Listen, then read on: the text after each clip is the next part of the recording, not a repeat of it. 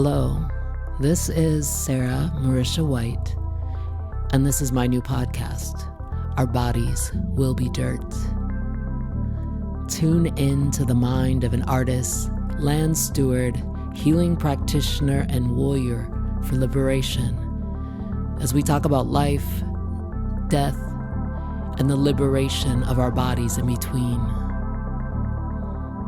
Make a cup of tea, maybe make a little comfy space for yourself and come tap in with me. Hey, what's good, y'all? There's a lot going on in the world right now. I'm just trying to gather myself.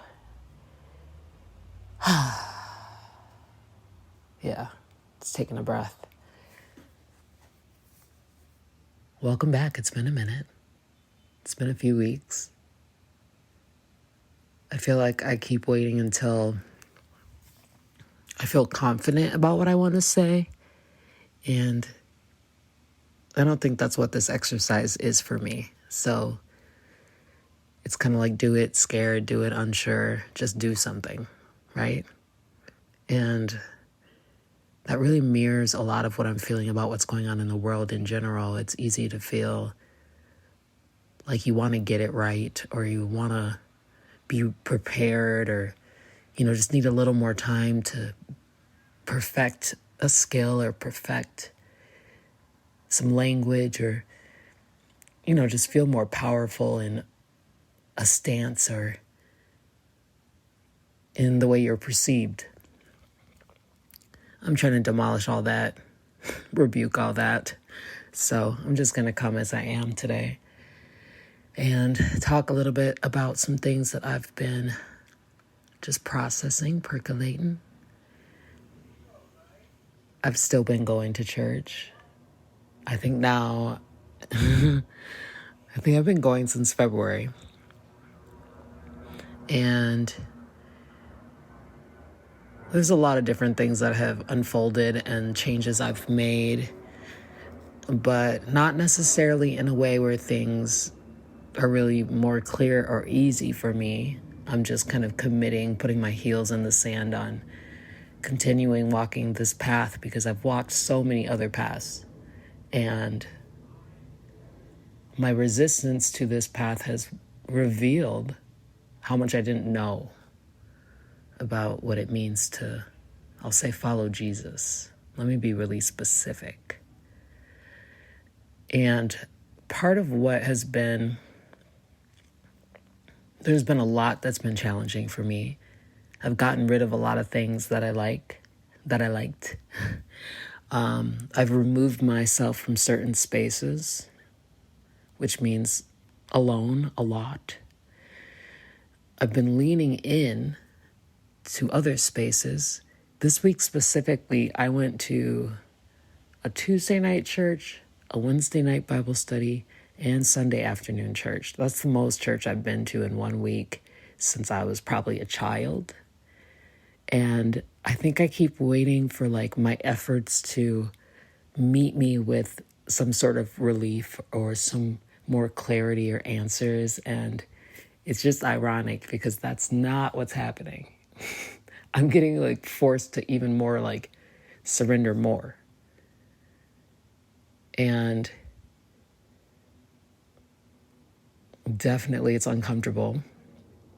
It's not as inspiring. So I haven't really felt like I have something to come and share because I'm just in a really raw space. But the little revelations I get definitely help me to keep going, where I'm like, oh, this is a new perspective, or this isn't what I thought it was.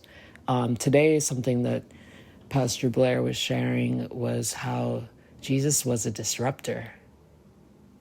How he would go into spaces where people were, what the Jewish government and the Jewish religious people and systems said were unclean. And he would go into that, right? And he would be surrounded by those people. I think I spoke a little bit on this on the last episode, but it's given me some new perspective around what it is to follow Jesus versus what I perceived and what was projected on me growing up around the Christian church to what it meant to be a Christian. And to be completely honest, it's just making it more clear how many people that claim they're Christians are not walking in a way that follows Jesus, because Jesus was radical and would shift the atmosphere in a place and would do things that he was told he couldn't do for the people. Because his purpose was to surrender himself for the people so they could be free forever. Anyways, so while I'm trying to process all this and just try to figure out, like, what does that mean in, like, real time now? Because I'm having a hard time with my faith, because I'm not getting, like, a miraculous voice of answer that I would like, and things don't feel like they're getting easier. They seem like they're getting harder. It's almost like I'm getting whittled down.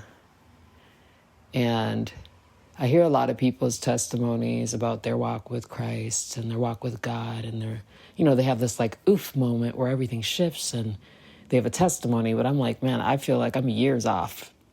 Like, I'm not really seeing any relief. And part of that tension for me is wanting, I'm a creator. That's what I've been doing for the last couple of decades. And I want to use my talents and my gifts to do something. But I used to use my talents and gifts to do something for me or to inspire other people based off of me. Based off of what I have to say, based off of what I feel passionate about, based off of what I feel inspired about, based off of what I think our freedom is, based off of what I think the revolution looks like. And that's great. But if right now I'm trying to unlearn what it means to do things for my glory, that means I have to relearn how to use my gifts. And that's, for me right now, it's harder than I imagined, because we live in a time in a world where everything is so, like, self-grandiose and self-gratifying, just because it's desperate out here, right? We all are just like, hey, see me. We all need to be seen. You don't really have a way to make money as an artist if you're not being seen for who you are. So that means I have to rely on my needs to be met in a different way. And the way isn't coming as fast as I would like. So I've been frustrated. I've been kind of bitter about it. I wouldn't say feeling sorry for myself, but yeah, sometimes just kind of like, this is whack. Like, just being completely honest. That's how I felt, how I've been feeling. And a message that keeps coming up for me is just to stand still and wait. And I feel like a stubborn toddler, just like, I'm tired of waiting. Like, what am I supposed to do? And it's wild to think that, sitting still and waiting is so hard, because your bills aren't waiting. The rent isn't waiting. And it just feels backwards for me. And I'm sure for many others that have ever tried to put down what they're doing and wait to hear what's next for them, whether they're believing it from whatever source they believe in, or believing that it will come through their intuition, or, I don't know.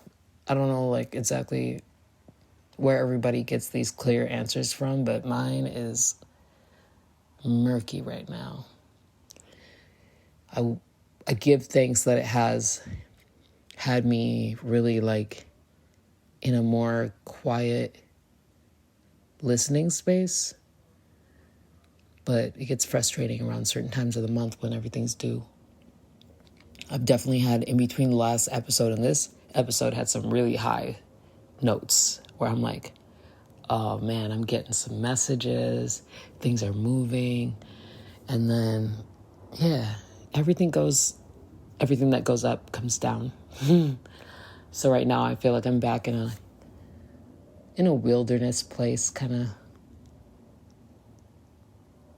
Yeah, the wilderness is the best way to name it that I can relate to right now. And I've been learning that the wilderness is not necessarily a bad thing, just like being in the midst of a storm isn't necessarily a bad thing. It's where transitions happen. It's where you have to get to the other side of something. And I can't speak on what the purpose of this is for me right now, but I've been listening to a lot of different people, preachers, and just people speaking on their experiences and their testimonies, and also, reading in the Word and reading in some other books. And one thing that is coming up consistently is when you are in that space, you're almost forced to draw closer to the source. Because if everything is going well and smooth, you're not really tripping. You're just doing you. And that's definitely the way I've lived a lot of my life. And right now I feel like I'm like on my knees. Like, yo, I want to be closer. Like, put me under your wing and wrap me up into your bosom and hold me here. I've never in my life looked at my relationship with God that way. And maybe it's the way I see God in everything and the way that I've seen God in us, that I haven't really felt like I had to humble myself to that type of position. But it's getting revealed to me that positioning makes a difference. Ooh, that reminds me. Let me see if I can find this note from today. Let me see if I can find this note. It was about position. Blair was going off today. If anybody ever wants to go to church with me, it's wild in there. It's not a quiet church. It's wild. I'm not sure if I can find the place about position at this moment, but it was cool.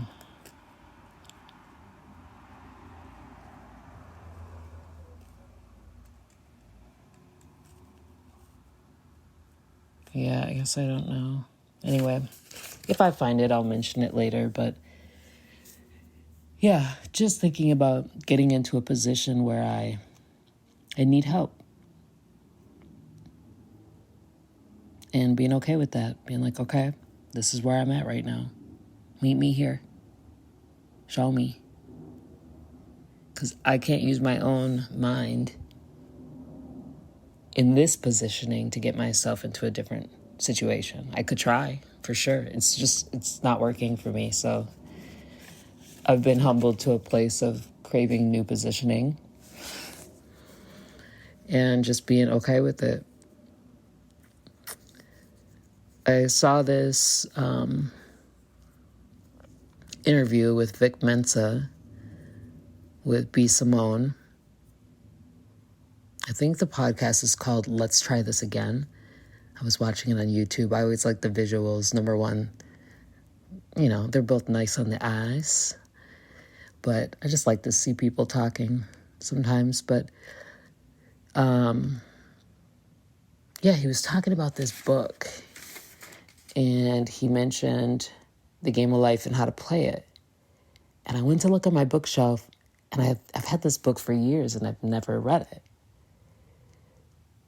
And so I started to read the book, and oddly, a lot of this book is based off of things in the Bible, which before I would have probably just been like, that's not my thing. But I'm like, well, that's kind of in alignment with where I am right now. So let me read. And all these things really stuck out for me, but one thing in particular was about fear. And fear being the opposite of faith. Fear blocks what comes when you have faith. You can't have both. Just like you can't have fear and be creative at the same time. Maybe to some extent, but if you're afraid to try something new, you're going to dim your light a little bit. That's just naturally what's going to happen, unless you have enough faith to push through the fear. And then that could be like a really inspiring moment, right? You're like, I'm going to do it anyways. And I was kind of just questioning where in my life that the fear is what's stopping me, the fear of what people think, or the fear of changing directions. And I'm a recovering perfectionist, so it's not new to me that I'm afraid that things won't be great or that people won't like it. That's something that I've lived with for most of my life. But when I was reading into fear, the author, it's Florence Shen. This book was written, by the way, in like 1925. So it's wild to hear Vic Mensa, a great rapper and entertainer, bringing up this book in a podcast that was recent. And it's just a book that people keep coming back to. And I'm blessed that it was on my bookshelf. And there's highlighter all throughout it. But Florence was asked often by her students, how can I get rid of fear? And it says, I reply by walking up to the thing that you are afraid of. The lion takes its fierceness from your fear. Walk up to the lion and he will disappear. Run away and he runs after you. And that made me remember these dreams I was having about lions over and over and over again. And it made me realize those dreams probably were, my subconscious processing my fears. And even in the dreams, oftentimes I'm trying to protect people and get them away from the lions or run from the lions. And the last time I had a lion dream, I jumped into its mouth. And I haven't had another dream with lions since then. And so it really lines up for me that that's what I was trying to process. And so I've been thinking about how to move towards uncertainty instead of numbing and hiding from it. And I'm thinking about what's going on in the whole world right now. Today, right now, the flotilla that was going to bring mutual aid to Gaza just got seized. There's ICE doing crazy stuff and uprisings happening all over. Just nothing feels stable. There's a lot of reasons to feel scared. Yet, there's so many more of us than them. But there's so many things dividing us. If it's not the division that's put on in layers by the systems, it's the fact that we're divided within our own mindsets. We're hopping from app to app, from screen to screen. It's even becoming common for people to prefer to chat with AI than to chat with people because the answers resonate better. And it makes me want to lean into people and discomfort even more.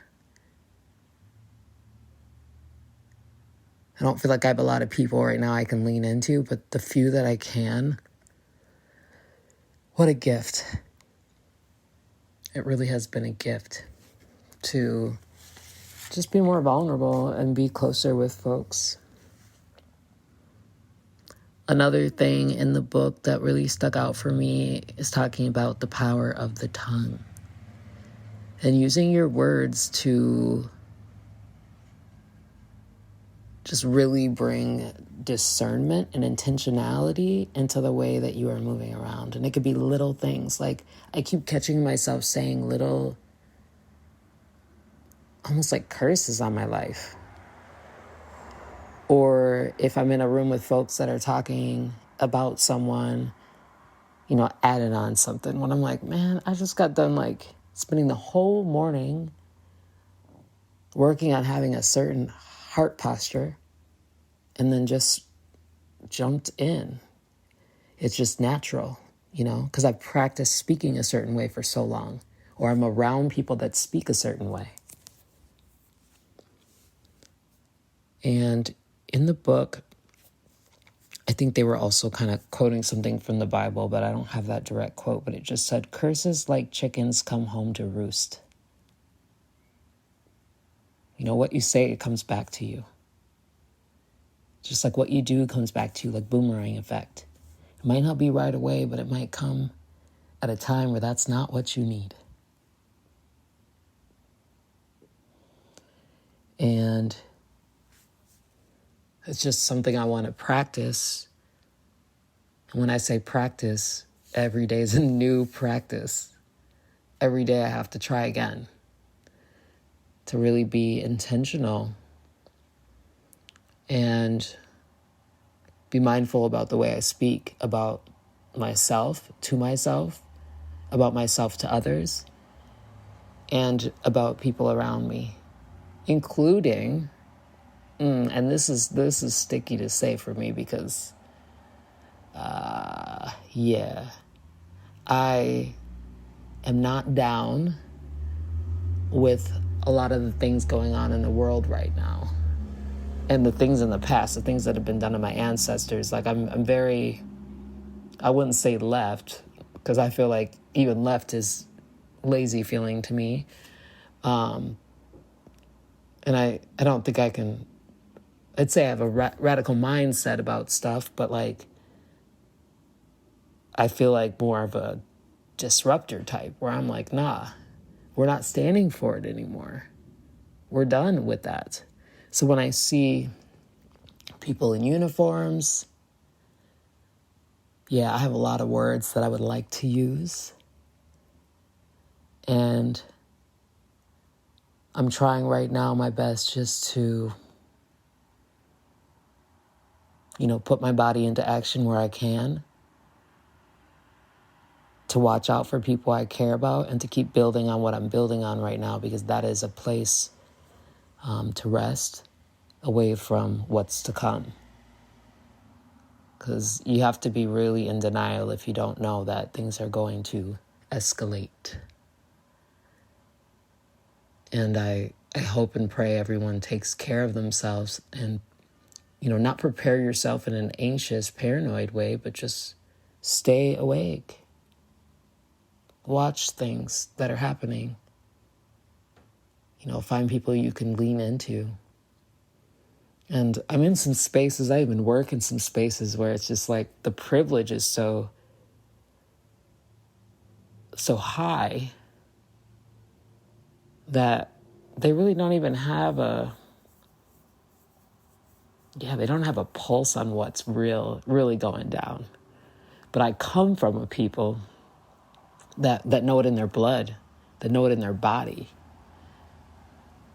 So I feel grateful in that sense to come from a people that had to learn to survive, and that learned how to find joy and to make love and to worship and to cook food and to grow food and to keep going. Because we ain't going to be the first ones to tap out, let me tell you. My mom and dad alone, the amount of things they went through to get me here, it's enough to keep me with my chin up when destruction surrounds us. I give thanks for that. And I give thanks just for my new understanding of what it means to have grace, because I used to just feel when I approached the Bible and Jesus and all that pertains to that, it was just like a bunch of like shame, because I was shamed, like, because you're like this, because you do this, because you don't fit in with this, you're going to hell. But grace is something that wasn't really uplifted and knitted into me as a true understanding of what that walk is. It might be a narrow path, but you don't have to be perfect. You don't have to please what another person thinks it is. It's your own relationship with God.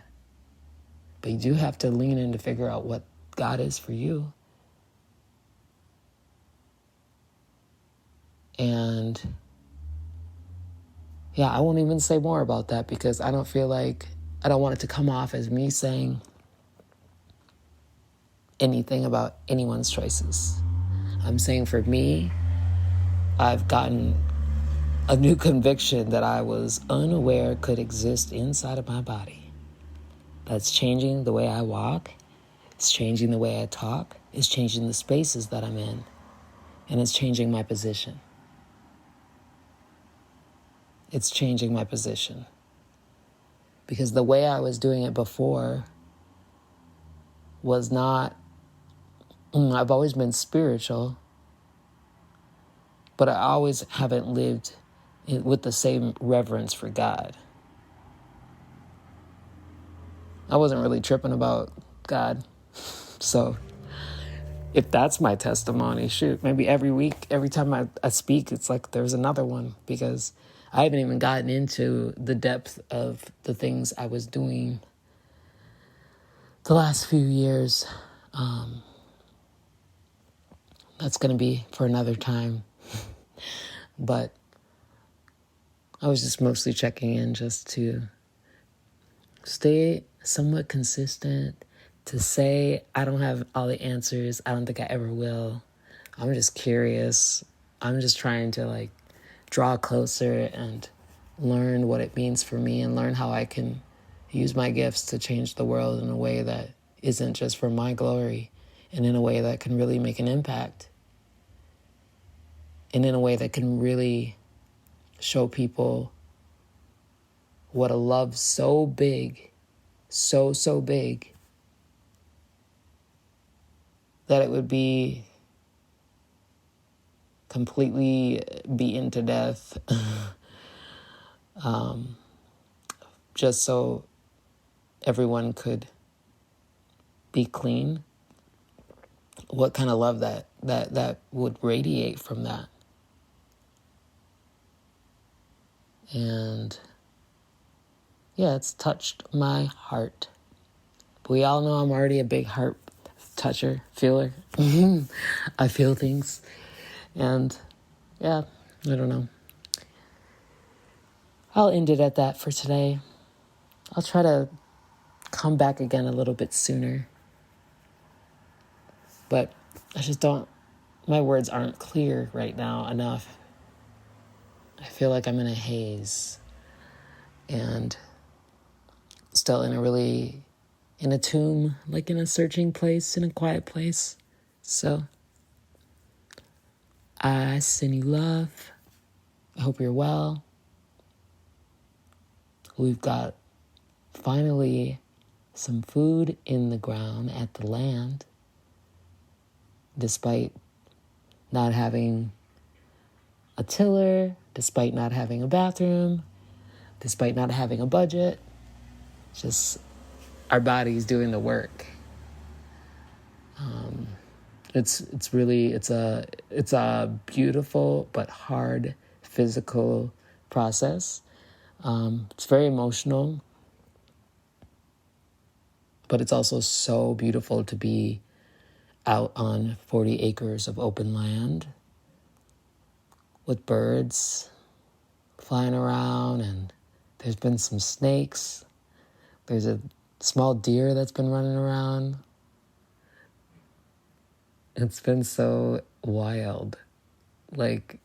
even just to try to water the plants. A hose we need another 100 feet of hose. So we have to like run this hose as far as it goes and then fill up buckets, and they're heavy, and carry them across land to water things. So I'm looking forward to us having a budget and creating a better watering system. And yeah, it's just like hard work. It's hard work. But there's a lot of lessons in that too, right? It's like it's almost the same lesson that I have to learn right now is it might not be an easy path. The answer might not come as fast as I want. But am I willing to keep showing up? And I am. I don't think you can keep doing the same thing over and over again and get results that change you. I think you have to do things different. So I'm open to like people not liking who I am right now because I'm not doing it for people. But that takes me really being brave and trusting that in the end something good will come. So I'm sending you so much love. And if anybody ever wants to talk about this stuff, holler at me. And take care of yourself. Check on your friends. When you think about people, hit them up. And just know that there's people thinking about you, sending you love. Don't get freaked out by all the chaos. Just come inward and see what you can just do. What's the next step? You know, can you call some officials? Put some heat on them? Could you figure out what you need for your own mental health so you can, put on your own life jacket when things get windy and wild on the sea? Could you ask for help? These are all things that I think sometimes we override. And it's understanding why we have to override what we need to be okay when you have to go to the streets and show up for people, for sure. I get it. I mean, I've done that for a long time.